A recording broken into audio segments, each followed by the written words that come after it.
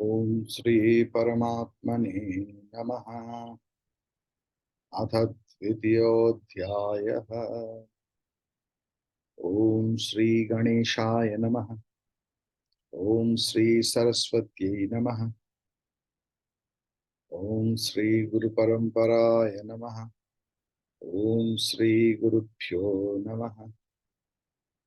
ओम श्री चिन्मय सद्गुरवे नमः।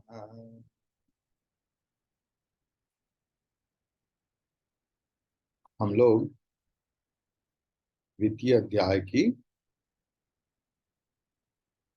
17 नंबर श्लोक आज चर्चा करेंगे। श्रीमद् भगवद गीता की वेरी इंपॉर्टेंट श्लोक।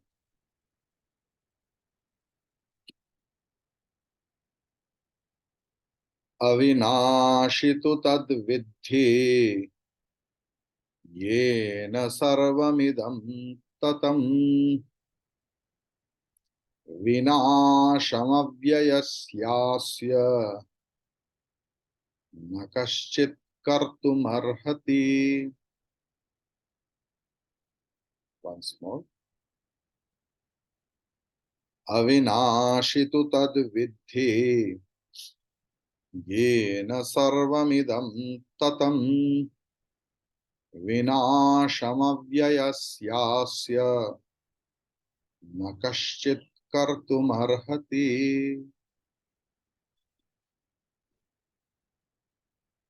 ये पूरा के पूरा जगत जिसके द्वारा परिव्याप्त है, हे अर्जुन, उस अविनाशी को जानो जिस अव्यय की विनाश कभी भी कोई नहीं कर सकता।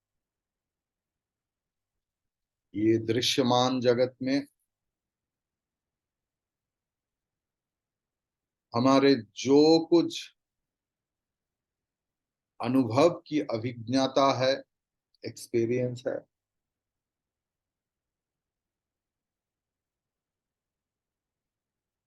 एवं पूरा के पूरा ये संसार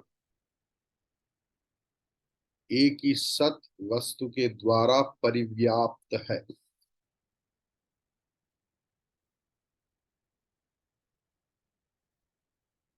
एक मिट्टी,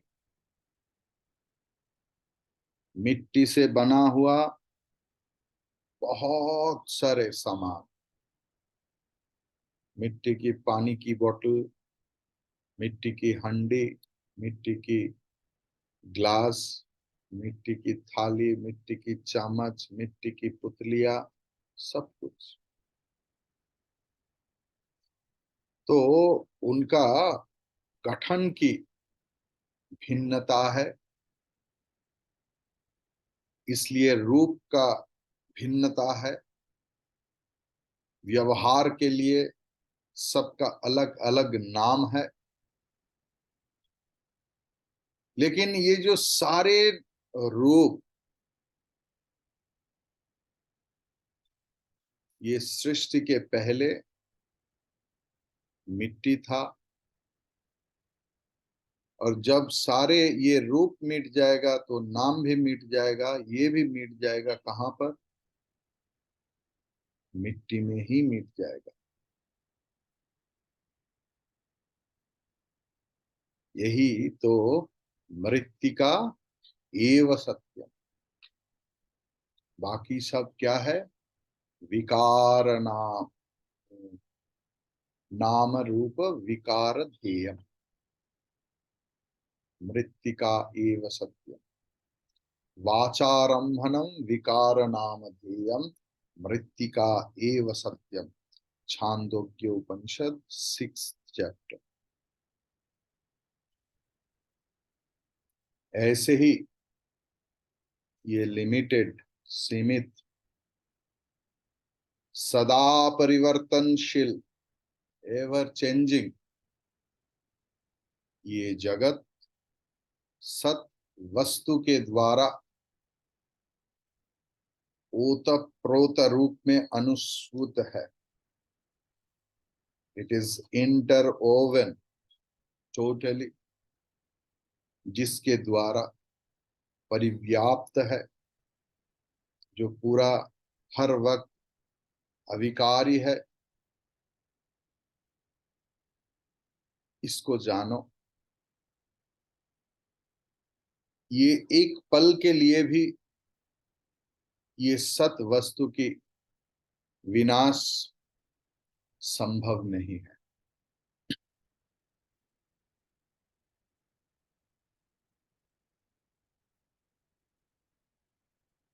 अब देखेंगे, अविनाशी तु तद विद्धि येन सर्वमिदं ततम। हाँ, इस येन शब्द में ध्यान दीजिए, ठीक है। I will come into that point. इसमें टू स्कूल्स ऑफ फिलॉसफी कैसे इनको देखते हैं, और हमारा दृष्टि अगर स्वच्छ नहीं होगा तो हम लोग भटक सकते।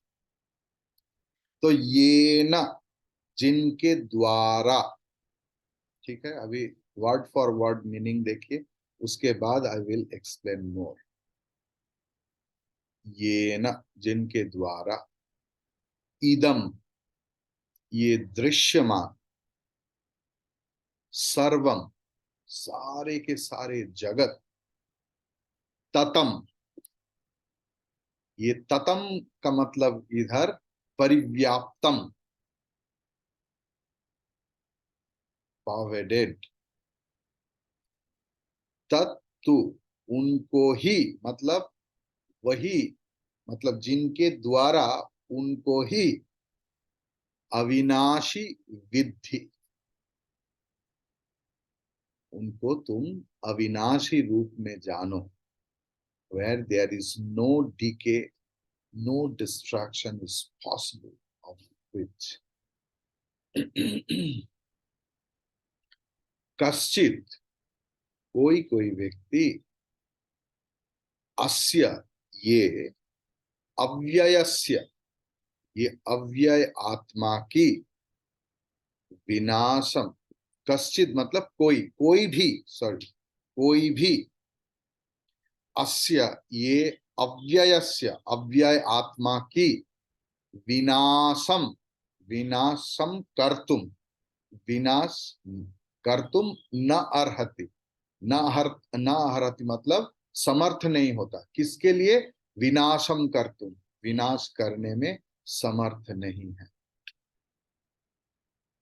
जिनके द्वारा ये पूरा के पूरा दृश्यमान, श्रुतमान, स्पर्शमान, सारे जगत जिसके द्वारा परिव्याप्त है, जो है, जिनके कारण में ये सारे जगत प्रतीत होता है, as if it is there, ये बोध होता है, उनको तुम जानो। कोई भी ये अव्यय आत्मा की विनाश करने में समर्थ नहीं है। अभी जो मैं बार बार करता हूं कि पिछले श्लोक के साथ इसका संबंध क्या है।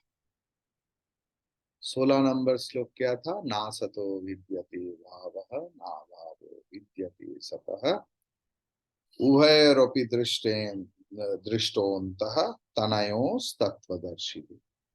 यही था। इनके साथ इसका क्या संबंध है? तो पहले श्लोक में बोला गया है कि सत तत्व की विनाश संभव नहीं है। तो सत, ये तत्व क्या है? ये सत तत्व को ही भगवान ये 17 नंबर श्लोक में बताया है। अभी सवाल उठ सकता है कि ये जो सर्वमिदम, ये जो पद व्यवहार किया है भगवान ने, इसके द्वारा भगवान की चाहत क्या है, what he wanted to make us understand about, मतलब वही दृश्यमान ये जो जगत प्रपंच है, मन बुद्धि चित्त अहंकार इंद्रिय स्थूल देह, सिर्फ वो नहीं, ये जो पांच भौतिक जगत है, ये पूरा के पूरा।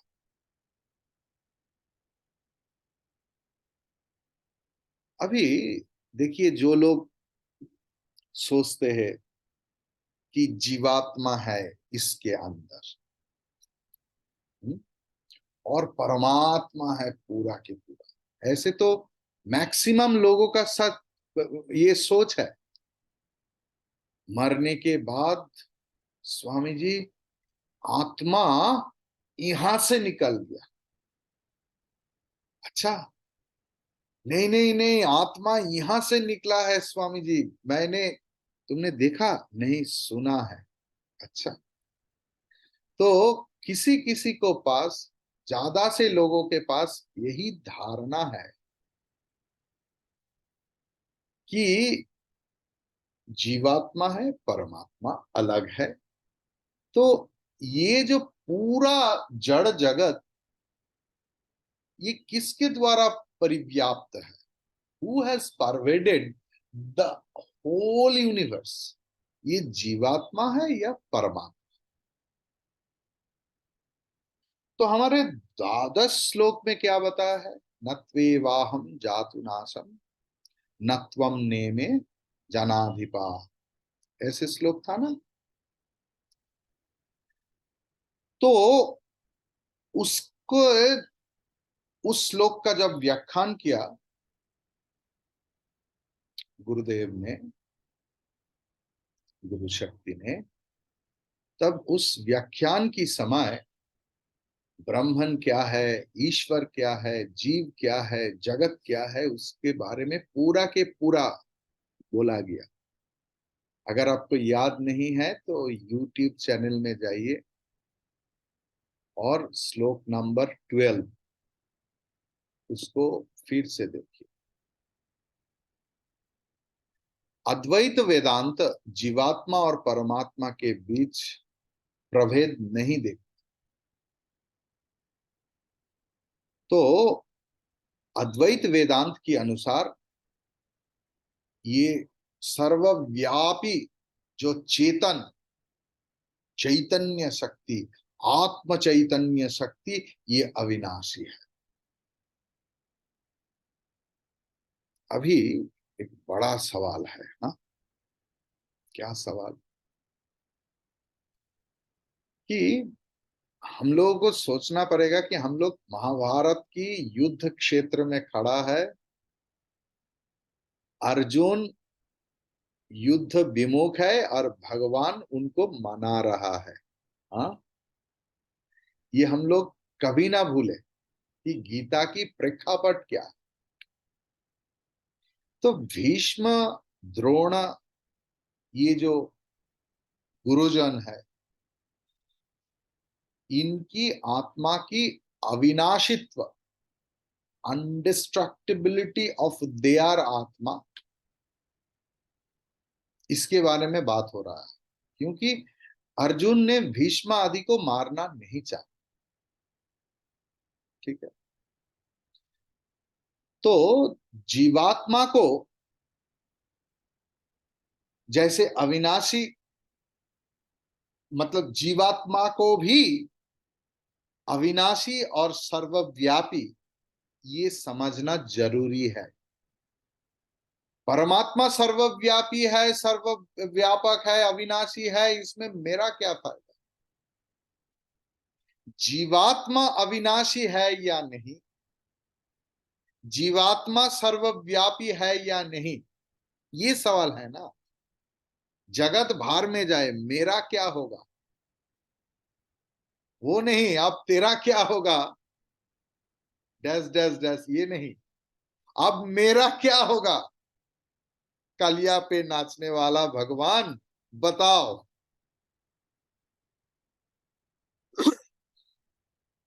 क्योंकि विशिष्ट अद्वैत की बात गुरु परंपरा ने बताया, पिछले श्लोक में बताया, उसके पहले भी बताया। तो विशिष्ट अद्वैतवादी लोग क्या बोलते हैं, जो जीवात्मा चित है, लेकिन ये परमात्मा से भिन्न है।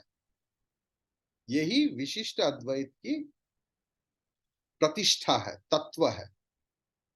ठीक है। अगर व्यापक से कोई भिन्न है तो परिच्छिन्न ही होगा, वो अपरिच्छिन्न कैसे होगा? अगर आप दो वस्तु की स्वीकृति दे रहे हैं तो दोनों में से कोई भी सर्वव्यापक नहीं हो सकता, क्योंकि दो सत्ता है उधर, है ना। जहां राम वहां काम नहीं, जहां काम वहां राम नहीं। अगर राम ही है तो काम नहीं, अगर काम थोड़ा सा भी है तो राम नहीं। दो सत्ता को आप स्वीकृति देंगे तो कोई भी ऑल परवेडिंग नहीं हो सकता है। अगर ऑल परवेडिंग होगा तो दो कहां से आता है? ठीक है। तो चित अपने सत्ता में पृथक, यही तो विशिष्ट अद्वैत की कहावत है। और वो कैसे है? अणुमात्र। अगर वो अणुमात्र है तो व्यापक ब्रह्म से अणुमात्र कम तो पड़ गया ना। तब पूर्णमद पूर्णमिदम पूर्णात पूर्णमुदच्यते ये मंत्र वृथा है। पूर्णत्व से एक अणु भी घट जाए तो पूर्ण नहीं रहेगा ना।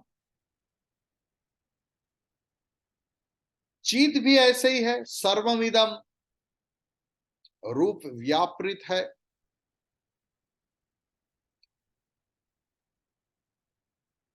और आप देखिए, ये सवाल पूछ रहा हूं, हाँ, ये न सर्वमिदम ततम, ये न तो एक वचनात्मक है।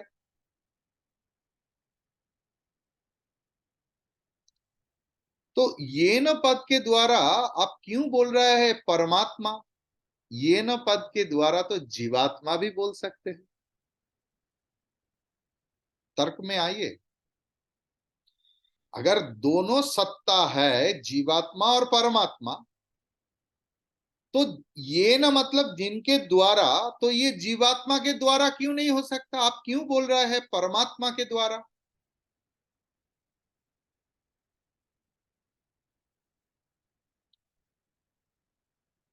उत्तर क्या है? विशिष्ट अद्वैत मत क्या बोल रहा है? ये जो चित जीवात्मा जो है, ये ब्रह्म से भिन्न है लेकिन अभिन्न है, यही इनका कहना है। हाँ, Vishishta Advaita is for the transaction. Clear? तो उन लोग अद्वैत के साथ साथ ही चलते हैं। तो बोला देखो, ये जीवात्मा ब्रह्म से भिन्न है लेकिन अभिन्न है। कैसे? ना जैसे एक वृक्ष है, उनका शाखा है, प्रशाखा है, पत्ता है, फूल है, फल है, वो देखने में भिन्न है लेकिन है तो एक ही वृक्ष।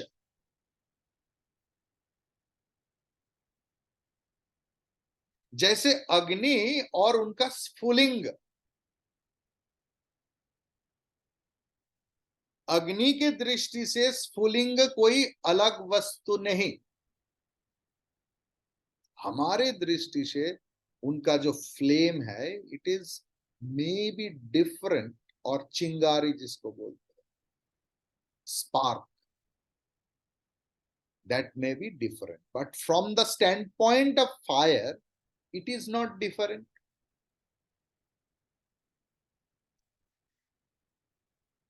इसी श्लोक के व्याख्यान रामानुजाचार्य ने क्या दिया है? ये तो पहले देखना पड़ेगा। विशिष्ट अद्वैतवाद जिन्होंने लाया, ये रामानुजाचार्य इस श्लोक की व्याख्यान में क्या लिखा है, एक ही लाइन में बोलूंगा। ये न आत्मतत्वेन चेतनेन तत् व्यतिरिक्तम इदम अचेतन तत्वम सर्वंततम व्याप्तम।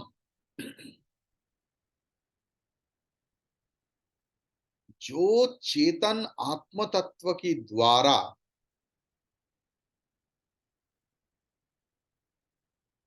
उनसे भिन्न बोध होता है, ऐसा वस्तु भी परिव्याप्त है। मतलब हमारे दृष्टि से लगता है कि परमात्मा और जीवात्मा अलग, लेकिन वो जीवात्मा भी परमात्मा से ही व्यापृत है। जीवात्मा also is pervaded by the Paramatma alone. Clear? मतलब जीवात्मा देखने में भिन्न हो सकता है, जीव चैतन्य, लेकिन वो ब्रह्म चैतन्य से अभिन्न है। क्लियर? तो ये न पद जो है, ये न, वो एक वचन है इसीलिए कि जिस चैतन्य के द्वारा सारे चेतन प्रतीत हो रहा है, ऐसे वस्तु भी परिव्याप्त है। जड़ तो है लेकिन लगता है चैतन्य, जैसे दिवाकर चैतन्य, ये एक पूरा के पूरा जड़ शरीर है, किंतु लगता है कि ये चैतन्य है। क्यों? ना, ये परमात्म चैतन्य से व्यापृत है। क्लियर?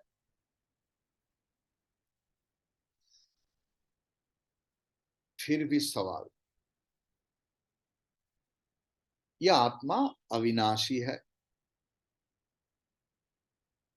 लेकिन किस सूत्र में अविनाशी है? क्यों इसका कोई विनाश नहीं कर सकता? क्यों हम लोग मान लेंगे कि अविनाशी तू तद्विद्धि अविनाशी? क्यों?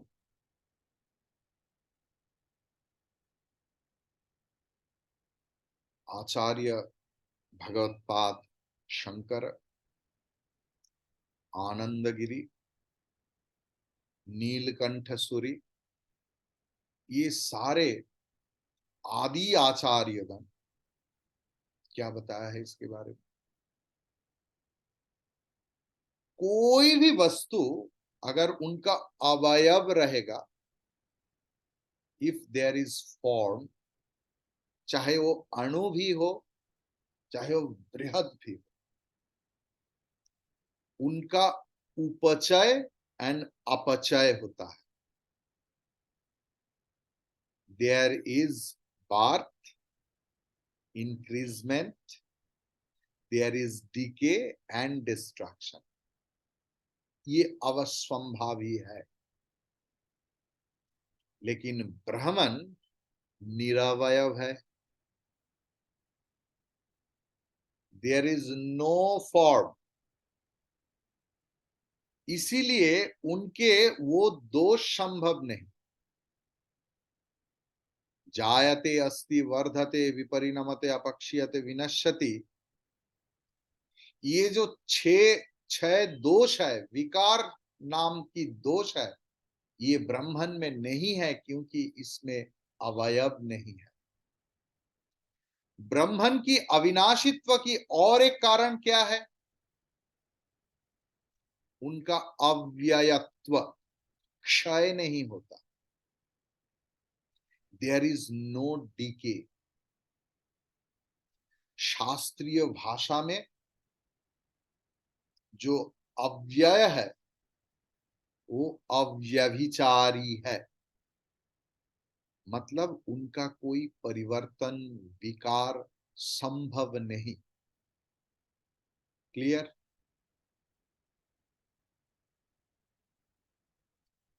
पानी में लाल रंग मिला दो, पानी लाल हो जाता है। नीला रंग मिला दो तो नीला हो जाता है। तब पानी का विशेषण आ जाता है। लाल पानी, नील पानी होता है ना, विशेषण लग जाता है। There is an adjective. If you mix red in any sorts of water, it becomes a red water. So red becomes adjective of the water. इसको व्यभिचार दोष बोलते हैं। You can ask me that what is व्यभिचार दोष, जिसमें adjective लग सकता है कि दिवाकर चैतन्य बहुत मोटा है, तो ये मोटापन उनका एडजेक्टिव है। काला है तो ये काला रंग उनका एडजेक्टिव है। ब्रह्मन में, चैतन्य सत्ता में ये व्यभिचार दोष नहीं हो सकता, क्योंकि ये परिवर्तनशील है। If I start dieting, I will be thin in 1 month. So the same मोटा व्यक्ति पतला हो जाता है।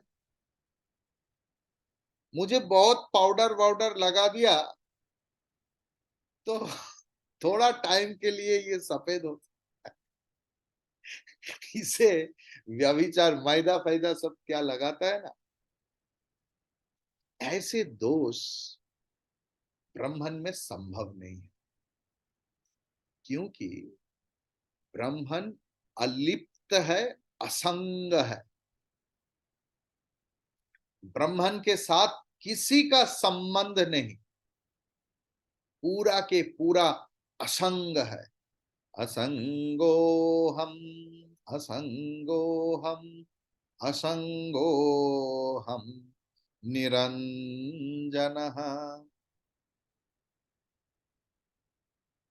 I am asanga. As an atma, I have no contacts with anyone else, not even with my beloved body. इसीलिए ब्रह्मन के लिए कोई भी विकार संभव नहीं है। उसमें और एक दोष होता है, कोई कोई शास्त्रीय टर्मिनोलॉजी आई एम यूजिंग, जिसको बोलता है उद्बंधन। उद्बंधन, उ द छोटा द, व छोटा ना, ध न, उद्बंधन। ये उद्बंधन क्या है? न कोई आत्मा को विनाश नहीं कर सकता, ये हम लोग देखें। लेकिन आत्मा तो खुद भी खुद को विनाश कर सकते हैं। इसको बोलते हैं उद्बंधन आदि दोष। ये संभव नहीं है। क्यों? विनाश करने के लिए कोई काम करना पड़ता है, और ब्राह्मण अकर्ता है। क्लियर? कोई भी कर्तृत्व, कोई भी कर्म आत्मा में नहीं है। आत्मा अकर्ता है, आत्मा अभोक्ता है। उद्बंधन दोष की करता है मन। उद्बंधन करता की, उद्बंधन दोष की करता है मन। इसलिए मन का विनाश हो सकता है, देह की विनाश हो सकता है। एक मन खुद को विनाश कर सकता है बाय कमिटिंग सुइसाइड,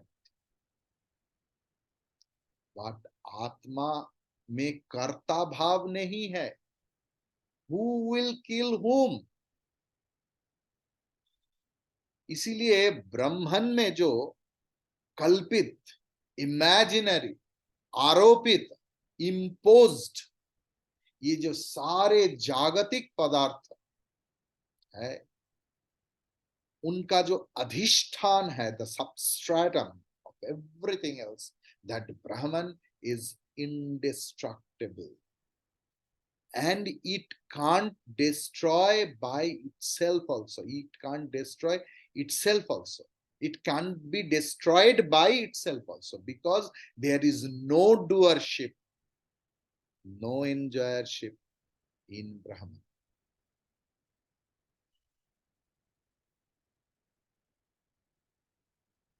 और एक कारण क्या है? आत्मा व्यापक है, व्यापक का विनाश संभव नहीं। जो व्यापक है उनका विनाश संभव, क्योंकि व्यापक जो है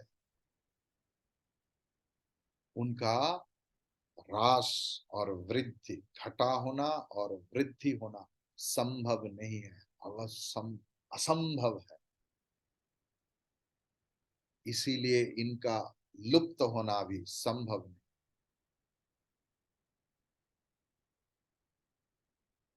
अभी सवाल उठ सकता है, जो ठीक है भगवान, आत्मा अविनाशी है, आत्मा व्यापक है, आत्मा अव्यय है, मान लिया, लेकिन भगवान अर्जुन को मनाने के लिए ये सब क्यों तत्व बोल रहा है?